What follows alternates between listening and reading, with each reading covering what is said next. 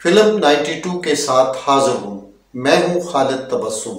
جیسا کہ آپ جانتے ہیں، ہم آپ کو ہماری فلمی دنیا جو ایک زمانہ میں رنگ و روشنیوں اور گلیمر کا ایک پرکشش جہان تھا سے وابستہ فنکاروں، ہنرمندوں اور فلموں کے بارے دلچسپ معلومات مہیا کرتے ہیں۔ چینل سبسکرائب نہیں کیا تو ابھی سبسکرائب کر لیں، ویڈیو کو لائک اور اپنے دوستوں میں شیئر ضرور کریں۔ ستمبر 1965 میں جب دشمن نے وطن عزیز کی سرحدوں کو روند کر پاک سرزمین پر قدم رکھنے کی مذموم کوشش کی تو پاک افواج کے جرری اور بہادر جوان اور افسر سینے تان کر ان کے سامنے سیسا پلائی دیوار کی طرح آ گئے۔ دشمن جو جم خانہ لاہور میں پہنچ کر کھانے پینے کا ارادہ رکھتا تھا کہ منصوبہ کو خاک میں ملا دیا۔ اس موقع پر ملک کے دیگر شعبوں کی طرح انٹرٹینمنٹ کی دنیا سے وابستہ فنکاروں، شاعروں اور تخلیق کاروں نے ذرائع ابلاغ کے محاذ پر کارہائے نمایاں انجام دیے۔ انہوں نے ایسے قومی، ملی اور جنگی ترانے تخلیق کیے جنہوں نے پوری قوم اور سرحدوں پر دشمن کے سامنے سینہ سپر جوانوں کے خون کو بے حد گرمایا، جس کے نتیجہ میں انہوں نے شجاعت و بہادری کی نئی داستانیں رقم کی۔ در حقیقت ان نغمات نے ان کی روح کو نئی توانائی بخشی۔ جنگ ستمبر شروع ہونے کے بعد 10 ستمبر 1965 کو فلم ساز ریاض بخاری اور ہدایت کار جمیل اختر کی جذبہ حب الوطنی پر مبنی اردو فلم مجاہد سینما گھروں میں نمائش کے لیے پیش کی گئی۔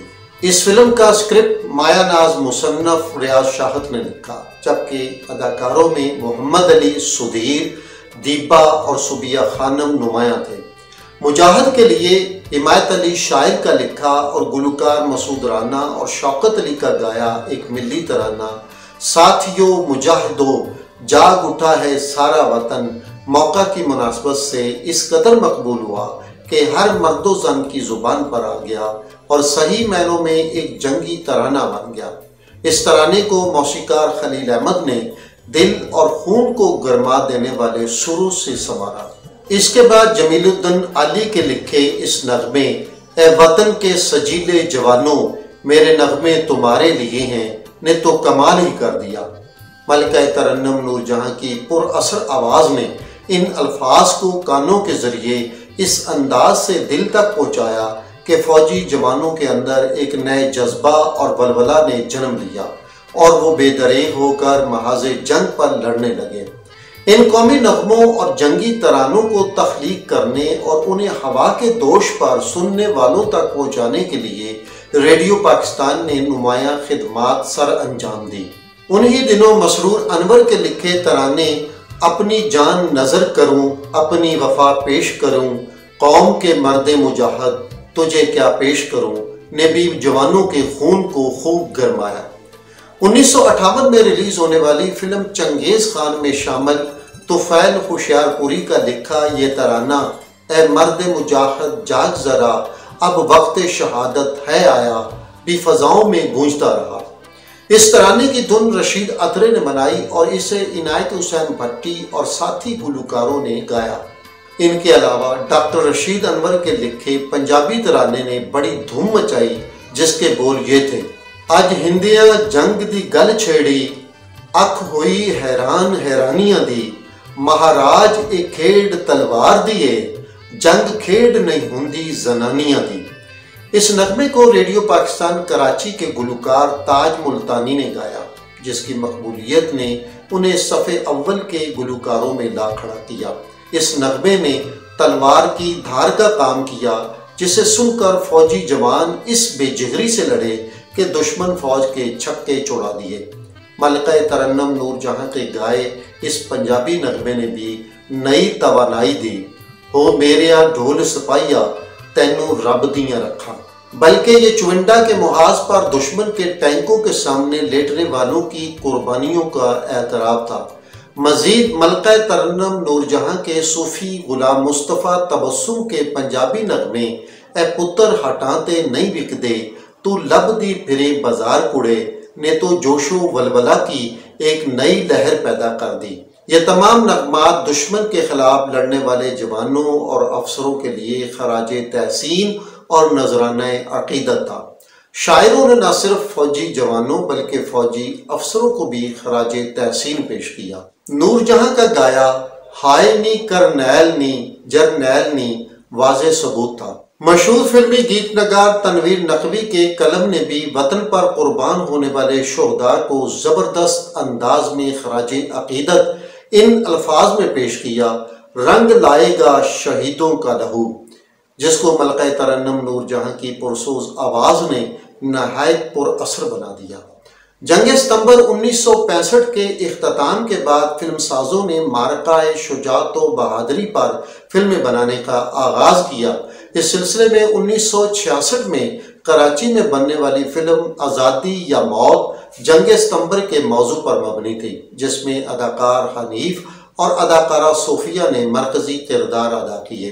اس فلم کے لیے عالم لوہار کی گائی جگنی ہو دنیا جانے میرے وطن دی شان بہت مقبول ہوئی۔ اسے صحبہ اختر نے لکھا اور لال محمد اقبال نے میوزک دیا۔ محمد علی اور شمیم آرا کی یادگار فلم آگ کا دریا بھی اس ضمن میں تخلیق کی گئی، جس کے ہدایت کار ہمایوں مرزا تھے۔ اس فلم کے لیے جوش ملی آبادی نے ملی جذبے سے لبریز الفاظ میں ایک انقلابی ترانہ اے وطن ہم ہیں تیری شمع کے پروانوں میں لکھا۔ اس ترانے کے موسیقار غلام نبی عبداللطیف تھے اور اسے مسعود رانا، آئرن پروین اور ساتھیوں نے قومی جذبے کے ساتھ گایا۔ یہ ترانہ بہت مقبول ہوا۔ ہدایت کار ایم اے رشید کی معجزہ بھی اس موضوع پر بنائی گئی۔ اس فلم میں حب الوطنی کے جذبہ اور وطن کی حفاظت کرنے والوں کو اس نغمہ کے ذریعے خراج تحسین پیش کیا گیا۔ توحید کے مت والے باطل کو مٹا دیں گے، اس نغمے کو سلیم رضا، مسعود رانا اور ساتھیوں نے گایا۔ فلم میں نور جہاں کی آواز میں ایک پنجابی نغمہ میریا شیر جیا ویرا لکھاں عزتاں بچائیاں بھی شامل کیا گیا، جس کو انقلابی شاعر حبیب جالب نے لکھا۔ ٹیون اختر حسین نے بنائی اور اسے اداکارہ فردوس پر فلمایا گیا۔ اب ہم بات کرتے ہیں اس عظیم قومی نغمے کی جسے مشیر کاظمی نے لکھا، جو وطن پر قربان ہونے والوں کے لیے ایک بہترین نذرانہ عقیدت ہے۔ اس نغمے کو ماضی کی طرح آج بھی بے حد پسند کیا جاتا ہے۔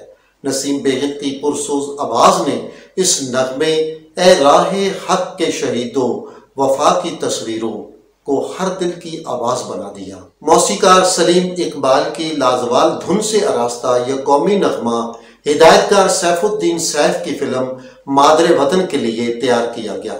مادر وطن بھی جنگ ستمبر کے موضوع پر بنائی گئی تھی۔ اسی پس منظر میں فلم سازوں ہدایت کار شباب کرانوی نے بھی ایک فلم وطن کا سپاہی بنائی، جس میں محمد علی اور فردوس نے مرکزی کردار ادا کیے۔ اس فلم میں بیوی محاذ جنگ پر جانے والے اپنے شوہر کو اس گیت کے ذریعے رخصت کرتی ہے: تجھے وطن نے پکارا ہے جا میرے محبوب۔ اس فلم میں ایک اور ترانے نے بھی پوری قوم کا لہو گرمایا، جس کے بول تھے: پھر سومناتیوں نے اٹھایا ہے اپنا سر۔ یہ کورس کی شکل میں مسعود رانا، شوکت علی اور ساتھیوں نے گایا۔ چند سال قبل افواج پاکستان کی بہادری اور شجاعت کو خراج تحسین پیش کرنے کے لیے ایک فلم وار بنائی گئی۔ یہ ایک اچھی کوشش تھی جسے قوم نے بے حد پسند کیا۔